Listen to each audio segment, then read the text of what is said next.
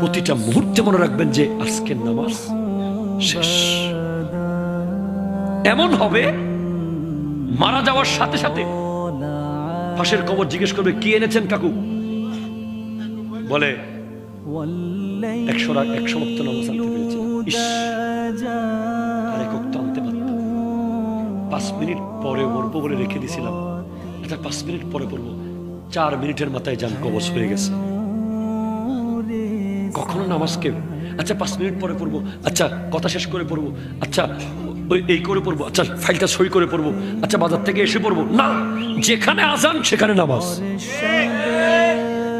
না হলে যদি 4 মিনিটের মাথায় জান কবজ হয়ে যায় আর কোনো দিন এই নামাজ আপনি পড়তে পারবেন। আমি এশার নামাজ না পড়ে 99.99% আলহামদুলিল্লাহ চেষ্টা করেছি, এশার নামাজ না পড়ে আমি ওয়াজ উঠিনি। কারণ এশার নামাজ না পড়ে ওয়াজ করলে আমার মনে হয় যে আমাকে পিছন দিকে টানি ধরছে, ওয়াজ আসে না যে, আর ওয়াজে কোনো তাসির হয় না। আমি নিজে নামাজ না পড়লে নামাজের ওয়াজ আমি কি করব? আল্লাহ তাআলা আমাদেরকে এগুলো বোঝার তৌফিক দান করুন।